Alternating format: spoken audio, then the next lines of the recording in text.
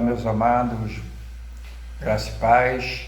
Nós estamos dando início ao nosso estudo de Romanos, ou seja, na verdade, dando continuidade ao nosso estudo na carta de Paulo aos Romanos, no seu capítulo. Nós estamos no capítulo 3, mas eu queria lembrar aqui que lá no capítulo 1 nós estivemos vendo que os gentios, ou seja, aqueles que não eram da nação judaica, eles não tinham esperança, eles estavam perdidos, em uma nuvem de práticas e de pecados que cometiam, então merecedores da sua condenação, conforme vimos no primeiro capítulo, uma série de cometimentos que eles tinham. No capítulo 2, nós estivemos falando sobre a questão dos judeus, que aparentemente os judeus eles estavam numa situação melhor. Contudo, no desenvolver do capítulo 2, nós vemos que, na verdade, o judeu ele estava numa condição pior do que a condição do gentio. Por quê? Porque os judeus eles tinham tido o privilégio de receberem a palavra de Deus, tiveram o privilégio de terem os profetas, tiveram o privilégio de ter nascido na linhagem deles o Salvador, o Cristo. E então, mesmo assim, eles cometiam exatamente os mesmos pecados, cometiam as mesmas coisas que os gentios. Os judeus diziam que não deviam, os gentios não deviam fazer ou ter determinadas práticas, mas eles mesmos praticavam aquilo que eles diziam que não eram para praticar. Então eles estavam numa condição pior ainda do que os próprios gentios. Então a condenação humana, ou melhor, a condição humana, ela é absolutamente desesperadora, sem Cristo. O homem sem Cristo, aqui tanto judeu quanto gentio, igualmente, precisam prostrar-se diante do ministério da missão salvífica de Cristo Jesus. Sem isto, não há esperança. Então, até aqui nós estivemos vendo isto. E por isso, lá no início, nós falamos que o justo viverá pela fé. Então, o homem, ele não é justo, ele é justificado. Ele é justificado mediante a fé em Cristo Jesus. E aquele que é justo, aquele que é cristão, ele é justificado mediante a fé. E ele vive pela fé. Muito bem. Quando nós chegamos aqui no capítulo 3, verso 9 em diante, nós vemos que Paulo fala que o judeu e o gentio estão em situação similar, precisam igualmente do perdão de Deus por meio de Jesus Cristo. E aí ele fala da universalidade do pecado. O pecado está entre os judeus, o pecado está entre os gentios de uma forma geral. Então, todos pecaram e carecem da glória de Deus. E o judeu, apesar de ter, como nós falamos, recebido um esclarecimento, um conhecimento maior sobre a revelação divina, eles não haviam chegado ao verdadeiro arrependimento. Então, como não chegaram ao verdadeiro arrependimento, o pecado que eles cometiam testemunhava contra eles, contra a postura que eles tinham de sentirem-se melhores que os demais, apenas por serem judeus. Os pecados deles condenavam eles. E Paulo está deixando claro que tanto judeu quanto gentio gentios, eles estavam debaixo do pecado, e o próprio judeu, ele não estava observando nem minimamente a lei de Deus, né? Por isso, ambos estavam debaixo do pecado que é desobediência a Deus. Quando você desobedece a Deus, você está em pecado. Deus tem uma vontade, você faz a coisa diferente, você está em pecado. E aí, o que acontece? Lá no verso 10, o apóstolo Paulo fala assim: como está escrito, né? Não há nenhum justo. Não há nenhum justo. Por que ele está falando nenhum justo? Porque judeu e gentio estavam em pé de igualdade. E aqui, embora o ser humano tenha conhecimento de Deus e saiba qual é a vontade de Deus, e aqui o apóstolo está falando que nenhum ser humano é isento de defeito, é isento de pecado, quando levado em consideração o padrão de Deus, né? E vamos lembrar aqui que os gentios, os judeus, eles falavam da lei, né? Então, pela lei, eles não podiam se basear, porque apenas a desobediência de um item da lei os condenava, né? E assim como a palavra de Deus que nós temos hoje, ela tem um padrão de Deus. Apenas um pecado é suficiente para me tornar pecador, e o pecador não herda o reino de Deus. E se eu não posso herdar o reino de Deus, eu estou condenado por causa de um pecado. Então, isto nos leva a esse entendimento. E quando o apóstolo Paulo fala sobre o judeu, ele fala o seguinte, ele lembra do capítulo 2, verso 24, que diz assim: pois como está escrito, o nome de Deus é blasfemado entre os gentios por causa de vocês. E o que o apóstolo Paulo está querendo dizer é o seguinte: ora, vocês conhecem a lei, receberam a lei, ensinam a lei, contudo, vocês estão desobedecendo e fazendo aquilo que vocês dizem que não é para fazer. Por causa de vocês, os gentios blasfemam de Deus.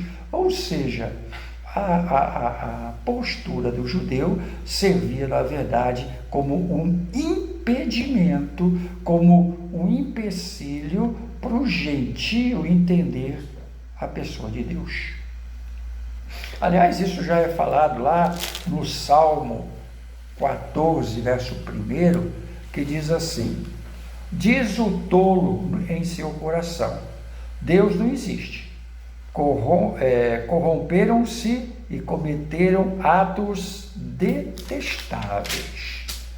Não há ninguém que faça o bem, né?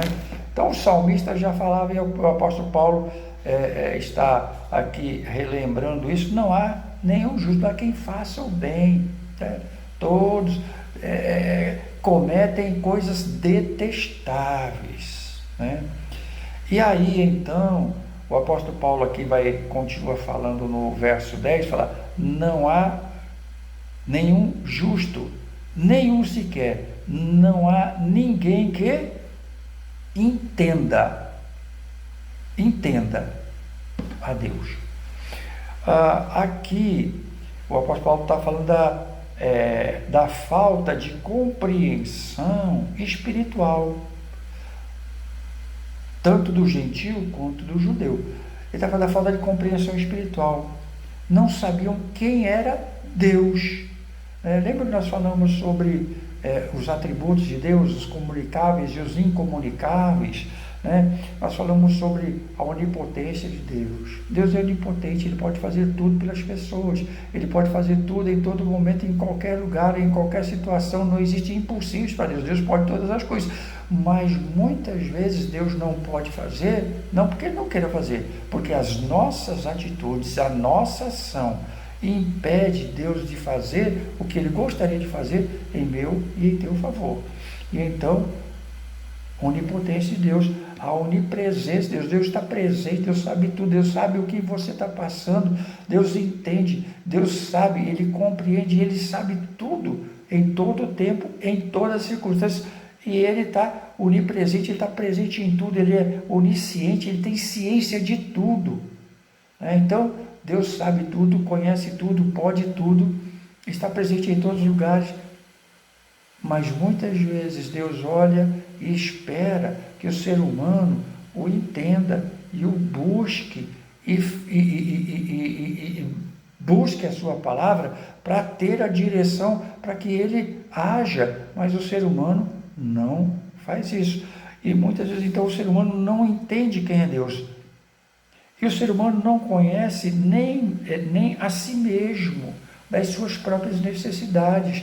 Porque o homem, ele foi criado para o louvor da glória de Deus. Quando o homem não atende o propósito da sua criação, ele acaba andando por caminhos que são outros e que não vai atender o propósito da existência dele, e por não atender esse propósito, ele perde o sentido, né?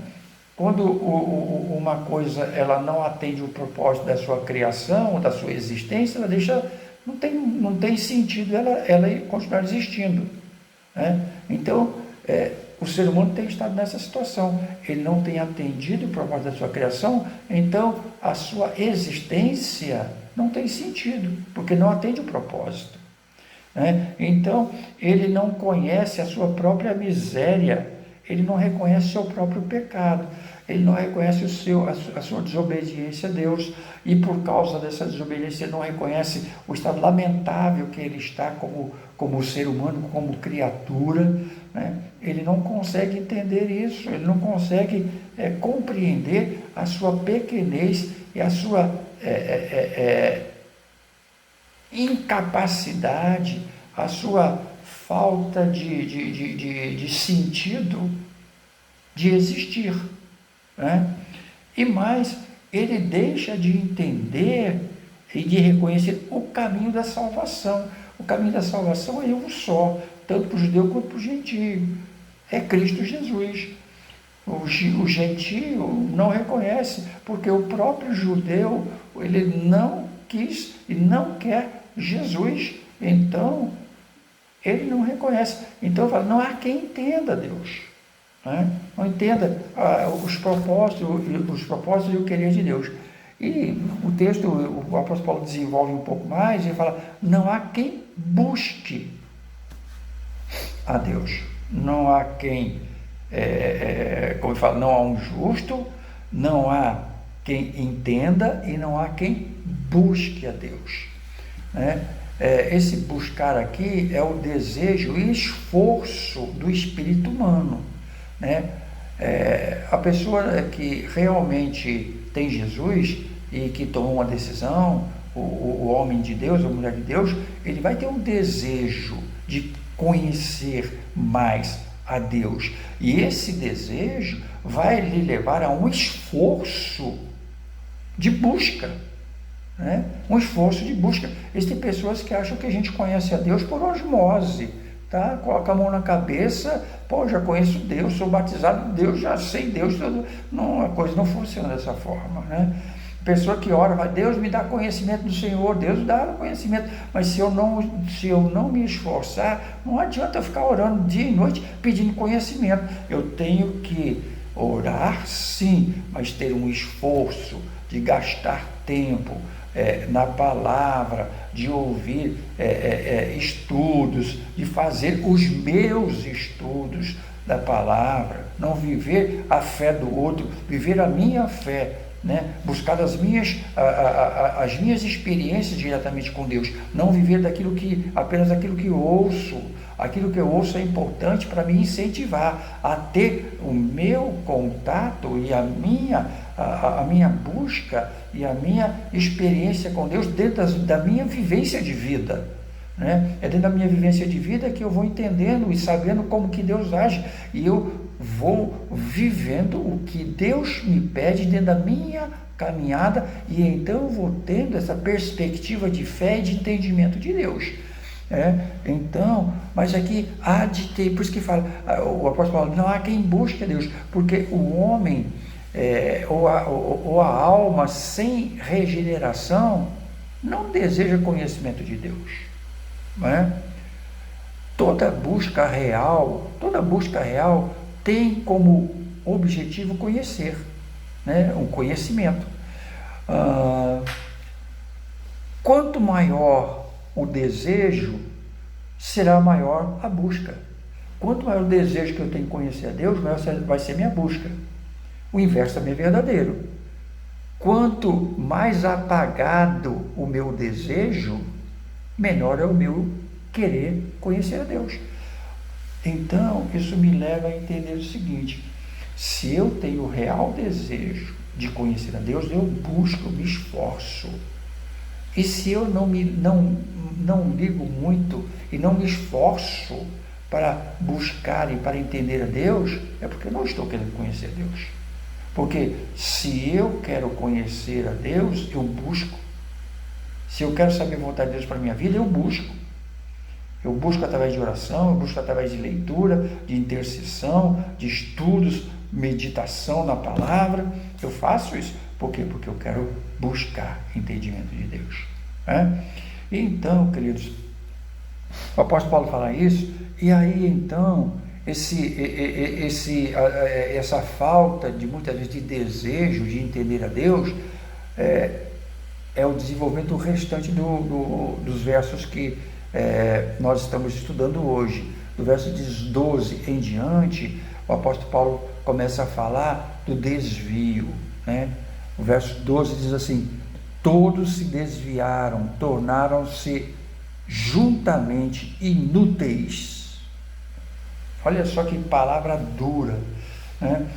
O homem, por não querer e não ter compromisso com Deus, não querer conhecer Deus e não ter compromisso com Deus, Deus tem um caminho, Deus tem uma estrada, mas esse homem resolveu pegar aí um desvio.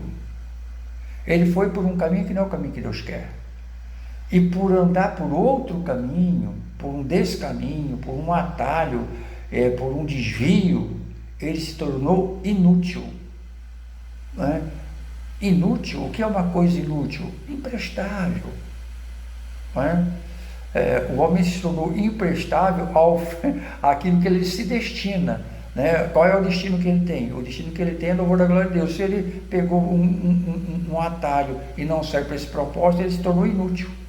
E por causa dessa inutilidade que o homem passou a ter e a ser inútil na sua existência, no seu propósito de existência, ou no propósito que Deus tinha com a sua existência, então começou a acontecer o quê?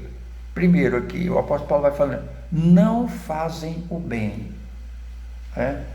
O homem que não tem a direção de Deus na sua vida, ele não faz o bem. Às vezes ele até pode fazer o bem, mas esse bem sempre está ligado a algum interesse. Existe algum interesse por trás daquele bem que esse homem pratica. O homem sem Cristo, o homem sem compromisso com Cristo, sempre a boa ação que ele faz está escondendo um desejo oculto. Alguma coisa ele tem com aquilo. E aí, o texto continua a falar que o homem que andou por esse descaminho e que se tornou inútil, ele não faz o bem, a sua garganta é um túmulo, né? Não sei se você já teve a experiência de ir no cemitério e ver um túmulo aberto, né? Fazer uma exumação, coisa assim. É horrível, o cheiro é horrível. Eu já tive essa experiência. E o que o apóstolo Paulo está falando é justamente isso, né? A garganta dessas pessoas cheira mal. é uma coisa revoltante. A língua dela engana, trama engano, né? Vive falando meias palavras doces, mas mentirosas, carregadas de maldade, né? Então, essa língua dessa pessoa é uma língua enganosa. Os seus lábios cheios de veneno, destila veneno. Veneno traz morte, né? E fala, os lábios dessa pessoa trazem morte, elas falam de morte. E pior, a sua boca como um todo é cheia de maldição e de amargura. Pessoa amarga, né? Vive, fala tudo, só fala de coisa ruim, de coisa amarga, maldição, de coisas que não edificam, só fala coisas difíceis, né? E por isso fala dos pés. Os pés dessas pessoas são pés ágeis para derramar sangue, ou seja, por onde essa pessoa passa existe maldade. E ele continua e fala que o seu caminho é um caminho de destruição e de miséria, de ruína, né? Ou seja, essa pessoa que não tem temor a Deus, não faz o bem, fala só cheira mal, as suas palavras, né? São carregadas de maldade, de engano, veneno, de morte, por onde passa destruição, miséria, né? E verso 18 fala, aos olhos dessas pessoas é inútil temer a Deus. O que Deus tem a ver com isso? Isso tem nada a ver com Deus, né? Essa é a sociedade que nós vivemos, uma sociedade que não faz o bem, uma sociedade cheia de gente interesseira, sempre tem um procurando se beneficiar do outro, tirar do outro uma falsidade, uma mentira completa. Essa é a sociedade que nós estamos vivendo. Nós estamos num ano de eleição, daqui a pouco nós vamos ver aí discursando e falando um monte de coisas que a gente sabe que nunca vai acontecer, porque é um jogo de interesse. Aí tem aqueles que vão pelas ruas da cidade, pegam a criancinha no colo, beijam, não sei o quê, né? E falam que vão fazer aquilo, e aí você, às vezes, incautamente, né? Pega e acredita numa pessoa dessa, ela pega ou vai lá, ocupa a função para a qual ela se candidatou, e aí passa os seus tempos e você não ouve mais falar dela após a eleição, porque ou ela ganhou ou ela perdeu. Se ela perdeu, ela some de vez. Se ela ganhou, ela some e não te atende, a não ser lá alguns meses antes da próxima eleição, ele aparece para falar com você de novo. Então, uma sociedade cheia de maldade, cheia de interesse. Eu falei de uma área, mas está envolvida em todas as áreas que nós podemos, como seres humanos, agir, né? Então, isso acontece, tá? E lá no final, versos 19 e 20, nós temos assim: sabemos que tudo o que a lei diz àqueles que estão debaixo dela, para que toda boca se cale e o mundo todo esteja sob o juízo de Deus. Portanto, ninguém será declarado justo diante dela ou diante dele, baseando-se na obediência à lei, pois é mediante a lei que nos tornamos plenamente conscientes do pecado, né? Aqui, o apóstolo Paulo está falando sobre a lei. A lei era boa, né? Mas, como nós falamos lá no início, ninguém conseguiu obedecer à lei. A lei demonstrava a fragilidade do ser humano, né? Nenhum homem conseguia obedecer toda a lei, embora ela fosse boa. Ela só trazia coisas boas, né? E as consequências da sua desobediência que trazia o mal. Mas o ser humano não tinha capacidade, assim como a Bíblia A Bíblia é boa, nos mostra o caminho para Deus. A Bíblia não salva, assim como a lei também não salvava. Mas a Bíblia nos aponta como, e a lei também nos apontam, como o ser humano precisa da graça de Deus, como o ser humano precisa de Deus, como o ser humano é frágil, é fraco, não tem resistência, o ser humano é carente do poder e da misericórdia de Deus.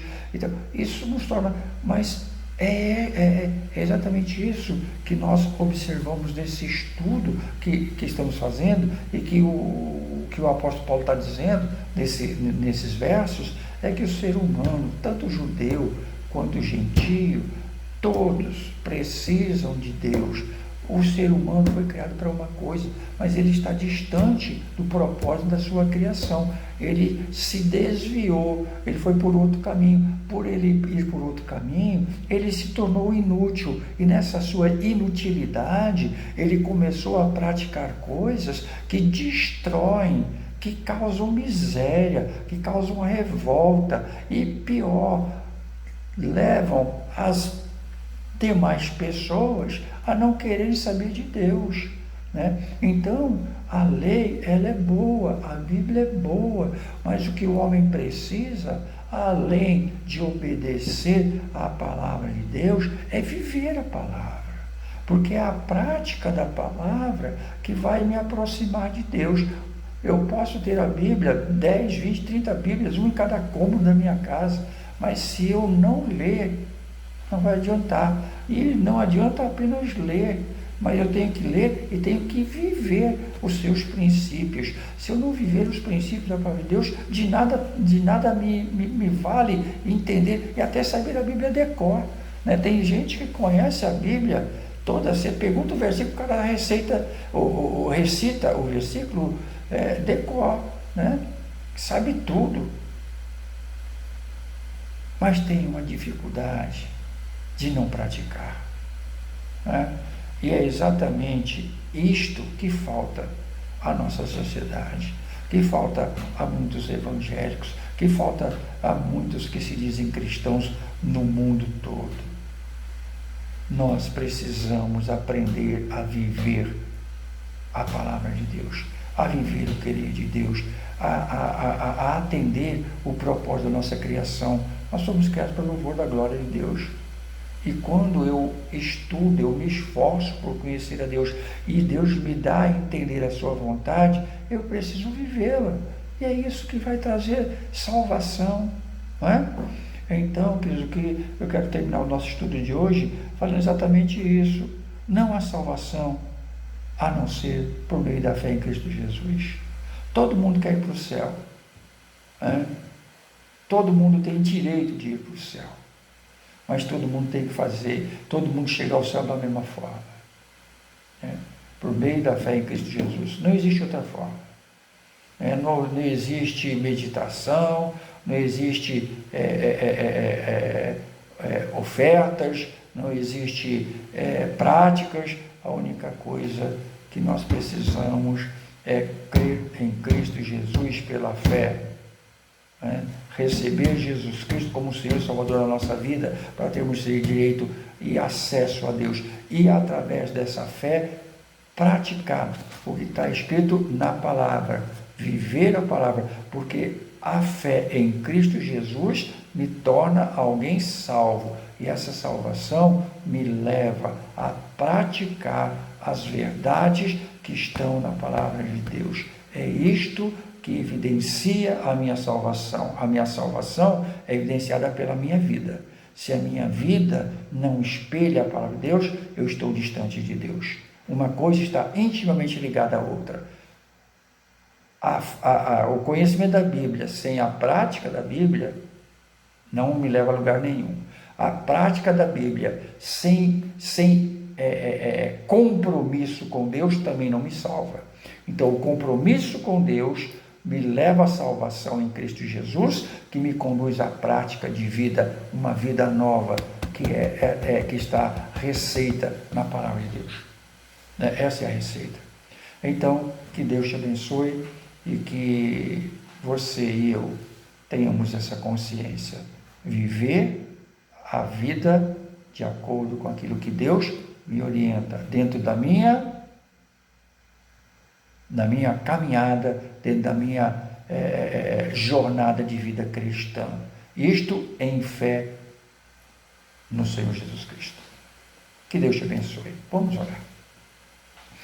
Pai, em nome de Jesus, eu quero te louvar e te agradecer por esse momento, e que o Senhor, Pai, esteja nos dando a direção para que nós consigamos entender que sem fé em Cristo Jesus nós não temos salvação, e a salvação que Jesus nos dá nos conduz a uma vida nova, a práticas diferentes e totalmente baseadas e alicerçadas na Tua Palavra. Nos ajude a entender e a viver essa verdade que emana da Tua Palavra. Pedimos-te isso em nome de Jesus. Amém. Graça e paz, e até a próxima quinta.